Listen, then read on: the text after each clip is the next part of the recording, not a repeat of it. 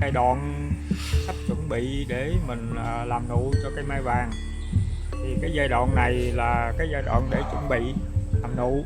Thì việc mà mình bón phân đạm cũng như các loại chế phẩm khác thì mình phải quan sát cây mai.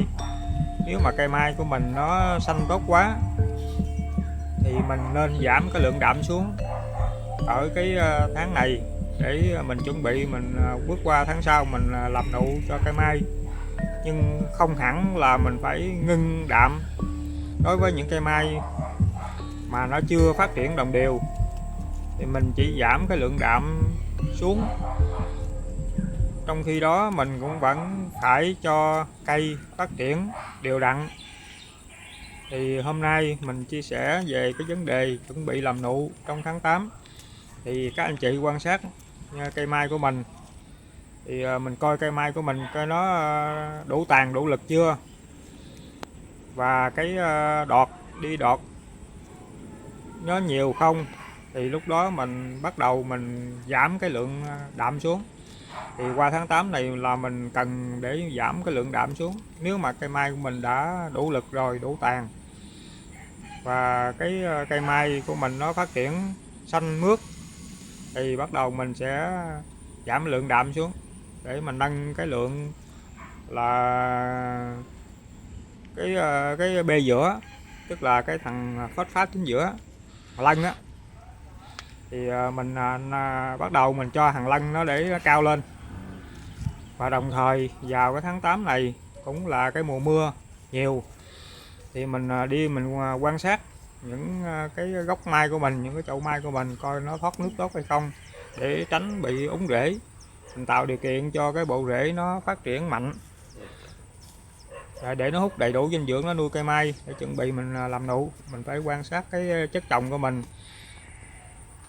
Đồng thời là mình cũng phải cung cấp thêm những cái trung vi lượng cho cây mai để nó phát triển nó đủ sức đề kháng và nó mạnh, để mình làm nụ cho nó thì cái nụ nó sẽ nhiều hơn.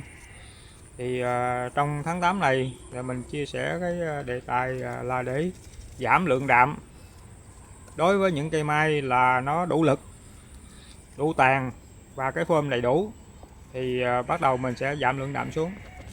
Còn những cái cây mai mà nó chưa đủ lực đủ tàn thì các anh chị vẫn đi đạm bình thường. Thì đối với những cây mai mà nó đã đủ lực đủ tàn rồi á, thì bắt đầu mình sắp chuyển qua cái giai đoạn để mình làm nụ cho nó, thì mình giảm cái lượng đạm xuống. Mình có thể là xài cái loại phân NPK mà có cái lần chính giữa nó cao lên, chẳng hạn như là 10 30 20. Cái loại NPK mà 10 30 20 á, cái B giữa nó là 30 và cái kali ngoài sau nó là 20, cái đạm chỉ là 10 thôi. Thì để cho nó cái phần đạm nó thấp xuống, để cây bắt đầu nó sẽ chuyển hóa từ cái lúc mà sinh trưởng sang cái sinh sản, nhưng mà không có giảm cái lượng đạm mà đột ngột. Trong cái giai đoạn này thì các anh chị cũng không có giảm cái lượng đạm đột ngột xuống, mình giảm từ từ xuống thôi, chứ đừng có giảm đột ngột. Giảm đột ngột thì cây nó sẽ bị suy yếu, nó không có đủ lực để nó phát triển cái bộ lá. Thứ hai nữa là sau này nó nuôi nụ nó không có đủ dinh dưỡng để nó nuôi nụ á, không đủ lực. Thì qua tháng 8 này mình chia sẻ cái đề tài hôm nay thì vấn đề là chỉ là giảm lượng đạm. Quan sát cây mai của mình coi nó đủ tàn đủ phơm chưa, thì sau đó là mình tiến hành mình giảm đạm. Thì có những cái video trước mình đã chia sẻ là làm cho cây mai nó đủ lực để sau này nó khi mình làm nụ á, thì nó phát triển nó mạnh, thì cho ra nụ nhiều và cây mai ít bệnh. Thì các anh chị xem lại có những video trước đó, mình có chia sẻ. Thì qua tháng 8 này nó gặp là cái tháng mưa cũng nhiều, thì mình phải quan sát cái bộ rễ, cái chất trồng để mình chống úng rễ. Đồng thời mình cho cái chất trồng của mình nó luôn được là khô ráo, mà nó vẫn giữ độ ẩm, chứ không có ướt quá. Mình phải quan sát kỹ cái chất trồng của mình.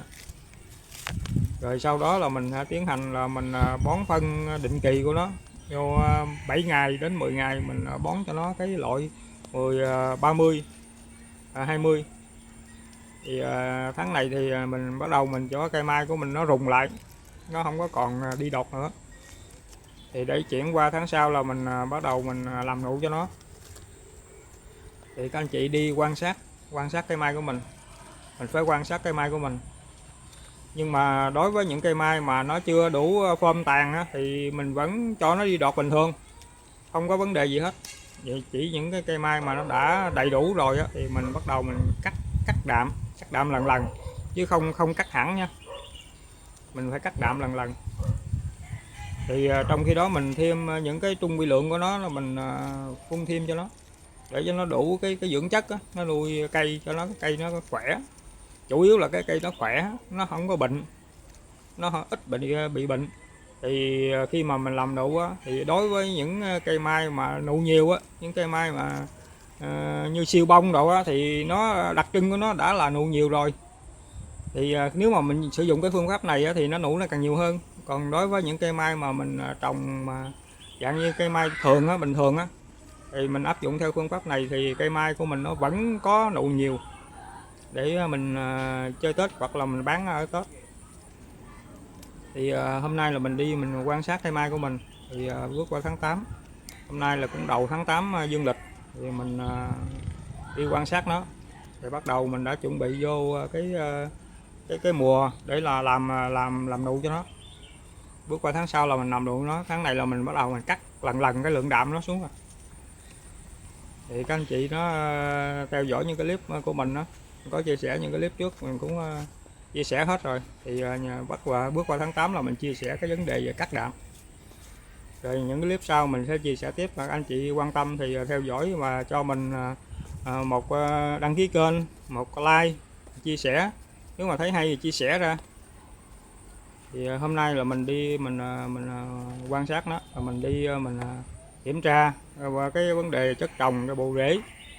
Luôn những cái clip mình ra đều là quan trọng nhất là cái bộ rễ, cho nó có nó đầy đủ, nó lực á, thì nó sẽ hút dinh dưỡng đầy đủ, thì nó nuôi cây mai của mình nó khỏe mạnh, ít bị bệnh hơn. Thì quan sát những cái lá của nó, nếu mà lá mà nó ra mà đọt non nó nhiều á, thì bắt đầu là mình đã từ từ là mình giảm nó xuống rồi đó, giảm lượng đạm xuống, nhưng không cắt hẳn nó sẽ làm suy cây.